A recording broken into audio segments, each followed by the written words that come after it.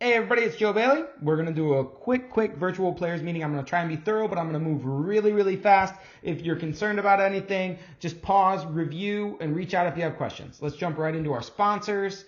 The big title sponsor, the GOAT, the greatest of all towels. They hooked us up with some awesome towels. They're going to be in a bunch of players packs. Big shout out to Tri-Fly Disc Golf. Special shout out. They've been out nonstop. They're excited to have events back. We're excited to have events back. Very big thank you to Tri-Fly, sending the team out, helping us out every step of the way. Big shout out to all these people who come out and help. There's been huge community disconnect with the lack of weeklies and events and regular meetups. So it's great to see these people in particular show up on their own time, knock stuff down when we're not having big days and we're not building the community up and we don't have everybody together. I appreciate every single one of you guys. Thank you so much. If you're feeling sick, please stay home. This is the first event in South Florida in a long time, so I know you want to really play. I know you want it, but there's going to be a ton more, I promise. So if you're showing any symptoms of being sick, please protect yourself, protect the community, just stay home. Let's talk about some rules. First rule we're going to talk about, lost discs. 805.03 in the PDGA rulebook. Look it up, reread it, snapshot this. Just, if you have a lost disc, check this out. There's a time limit for how long you can spend looking for it. We're fighting daylight, so please follow this rule. Don't spend extra time and take provisionals. Provisionals. All the time. Use your card mates as spotters. Have them go up ahead. Watch your discs fly. Make sure that you can see where things are going. If you're concerned that your disc may be out of bounds and you may have to go back and cascade, throw a provisional. If you're concerned that you may not be able to find your disc when you get up there, throw a provisional. You may think it's taking longer, but it's actually going to save time on the total event. Let's talk about relief. There are some new rules on relief in the past 2 years. You used to be limited on the relief that you take. Now there's some amendments to that. So basically, if you see the basket, you look at where your lie is, you can go in a straight line backwards from where your lie is and where the basket is. That line, you can go backwards directly on that line. So if behind you on that line is the lake or the road that you were OB on, you can't go backwards any further. You get your limited relief and that's it. But if it's a casual puddle that you're in or something, you can go backwards. If it's an ant pile, you can go backwards. But on that line. Review this. There's more details than what I'm going to discuss. Just review it. Let's talk about suspension of play. At Okeechobee, there's a big golf course. You're going to hear one loud burst. If there's lightning in the area, please stop what you're doing. Seek shelter. Stay safe. When you hear the 3 short bursts, then you resume play. If you cannot socially distance where you're seeking shelter with your card mates, it's advised to wear a mask or find your car somewhere you can practice all the safe habits and stay safe. We're entering a digital world, and we're going to use digital scoring. It's PBO 20, PBO 20. That's the code to get into digital scoring. Review digital scoring if you're unfamiliar with it. If you're really uncomfortable with it, keep a paper scorecard. Okeechobee round 2, you may need to keep a paper scorecard anyways because you're not going to change groups. We'll get into that later. Let's talk about casual water. Casual water is everywhere. The courses all over South Florida have been flooded. So please make sure that when you find the casual water, you follow a few important steps. You have to keep shoes on, whether it's sandals, knee-high boots, or your sneakers. You cannot take your shoes off to play from the casual water. Also, line of play. In between your line and the basket, straight backwards. Review with your card mates. Make sure they're okay. The last thing is casual water breeds mosquitoes. It's South Florida. There's a lot of mosquitoes. So prepare to play with mosquitoes. I've been at both courses all week. There's mosquitoes at Okeechobee and Delray. Worse at Delray because there's still standing water everywhere. But please plan for mosquitoes. Pedestrians are at both parks. They're multi-use parks. There's going to be bicyclists all over Delray. There's going to be rollerbladers, joggers, what have you at Okeechobee. Make sure that you wait for them to clear the hole before you throw. Yield to the pedestrians at all times. Very important. Distance, cascade, or rethrow. These are 3 options you have when you're carrying out of bounds, whether it's out of bounds road or out of bounds lake. Sometimes there's going to be a drop zone. but often you're going to have the options to either take distance, cascade, or rethrow. Review this if you are confused. If you're familiar with it, just keep going. Let's talk about social distancing. Social distancing. Maintain one alligator from one another. That's 6 to 8 feet. You know, if you got a small alligator, that's not going to count. So 6 to 8 feet. Stay apart from one another. One of the big things that allowed us to have this event was that we're going to social distance from one another. That's why we're doing tea times. That's why we're not congregating for lunch. That's why the payout lounge is cycling people through. So please practice social distancing and don't group up on the course. We cannot have the groups be over 6. You cannot have a caddy. You cannot have spectators walk with you on the card. There is no one allowed to come to the course and warm up before 30 minutes before their tea time. Leave the course once your round is completed. Get your lunch, go and have your break, what have you. There's plenty of places to warm up at both parks off the course. Green space at Okeechobee as you approach the course. Green space at Delray as you approach the course. There's a putt-putt course at Delray where you can warm up with putter shots. So please make sure that you practice social distancing and do not group up on the course. We want to have more events like this, so we got to follow the rules that they put in place. There's a plethora of pool, pad, and pin assignments. Make sure you go where you're supposed to go and throw to where you're supposed to throw to. Review this. Make sure you know where you're supposed to go and where you're supposed to throw to. The layout details are listed right here. So the layout distances, the layout details. The layout details are listed here, not the distances, the details. So please, please, please follow the details to the tee. Make sure you go to the right tee box, and we'll talk a little bit more as we get to each course. But at Delray, there's long and short pads. Just make sure you go to the short pads when they're available. Okie, let's talk about Okeechobee. Okeechobee has red baskets as the primary baskets. There are white baskets on every hole except for 6, 10, and 16. If you are playing 6, 10, and 16 on the white layout, those 3 holes are going to have red baskets that you play to. Every other hole is going to have a white basket. The pad layouts at Okeechobee, there are 3 sets of cement pads on almost every hole. The front set of pads are green, the middle are white, and the back are gold. The blue mix the gold and the white. The red mix the front, the green, and the white, the middle. So if you're playing greens, you're playing all front layouts. If you're playing white, you're playing all mids. If you're playing gold, you're playing all tips. If you're playing blue, you're playing a hybrid of the backs and the mids. And if you're playing red, you're playing a hybrid of the mids and the fronts. So review this. The holes that share pads, or the layouts that share the pads on which holes are listed right here. Talk about out of bounds areas at Okeechobee. It can be confusing if you're not familiar with the park, but there's a wooden fence and an asphalt nature trail that run through the entire park. Those are in bounds. The out of bounds line is where the grass meets the actual park road all throughout the park. If you land on the asphalt trail or you cross over on the other side of the fence, but you're on grass, you're in bounds. Holes 1, 2, and 3 are right at the main parking lot. There's a hill there. Going up the hill is a main road. It's shell rock at the top. All of that stuff is OB as well as the areas inside of it. So please reference this map. But the shell rock road and all things inside of it, as well as all the paved areas down to the parking lot, are OB.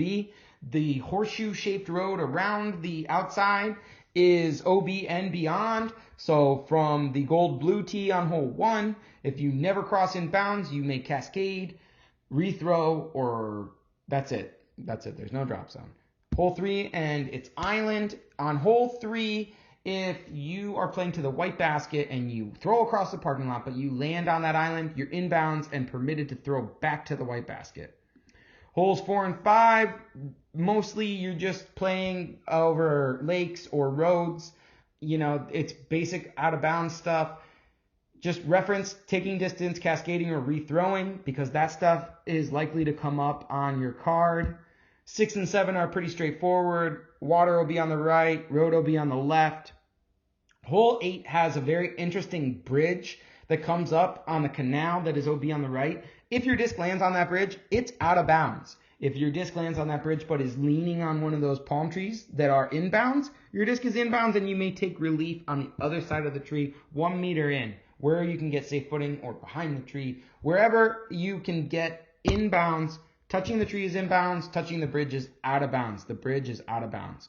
Hole 9 has a mando that comes into play from the back tee, a little bit on the middle tee. It protects hole 16's green from people throwing hyzers at it. So please follow the fairway. If you miss the mando, proceed to the green pad 10 meters left of the mando.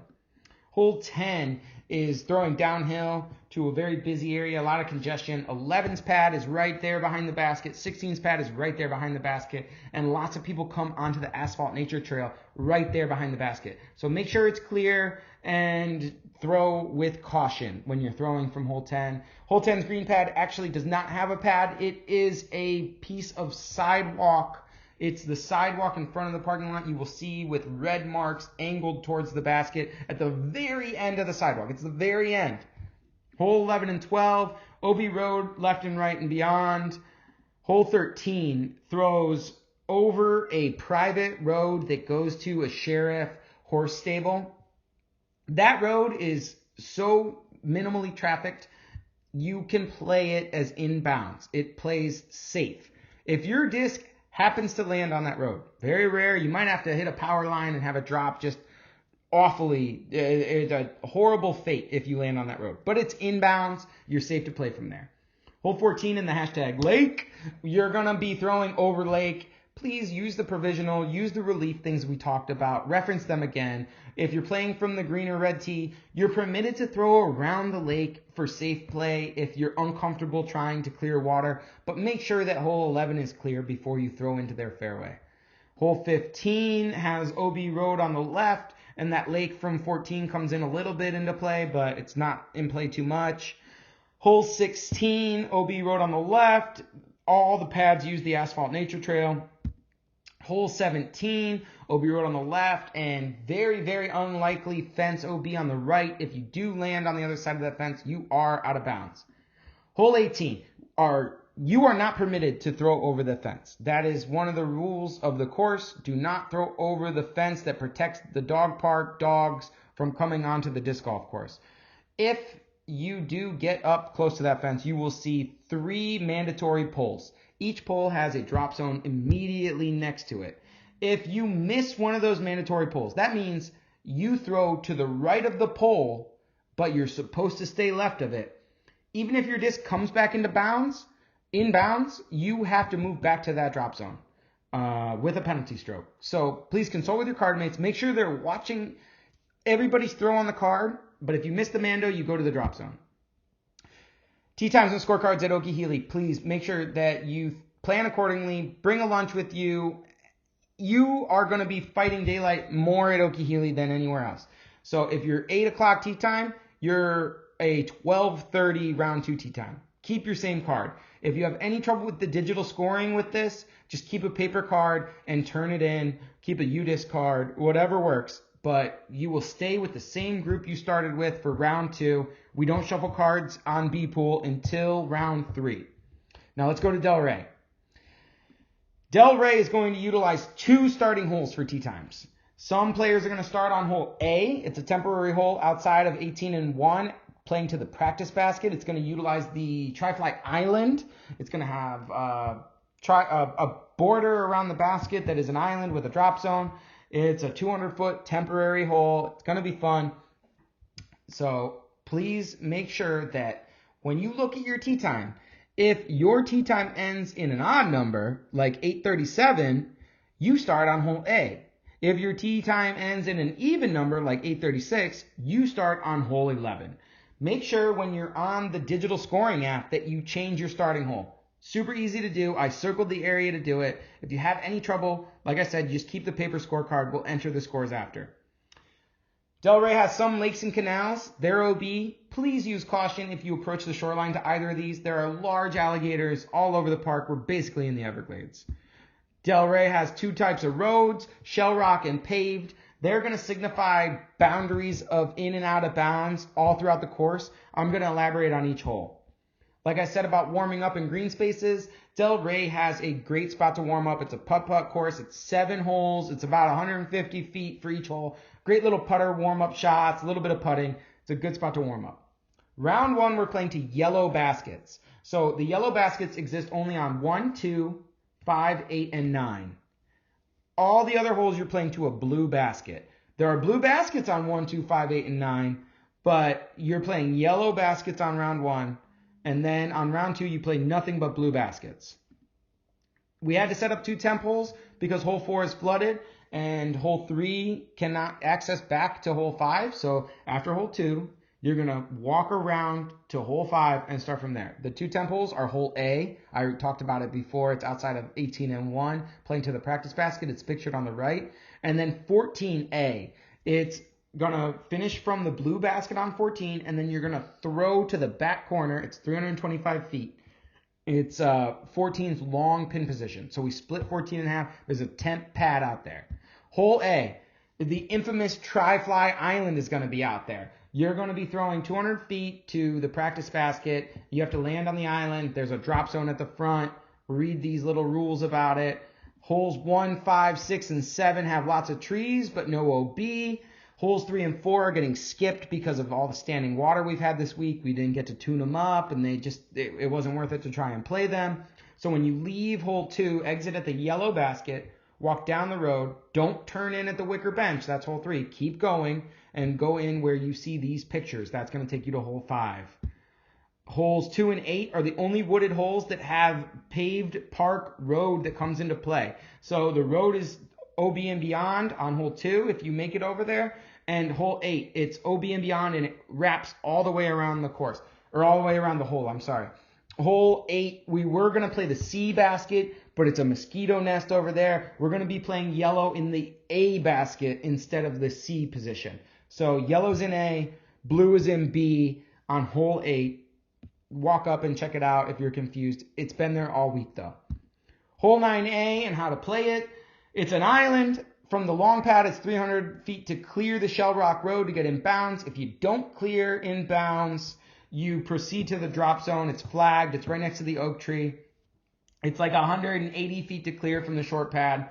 And if you cross in bounds and roll out, you can take it where you want, but I recommend going to the drop zone. Hole 9 and how to play it. It's a par 4. It's way down in the corner.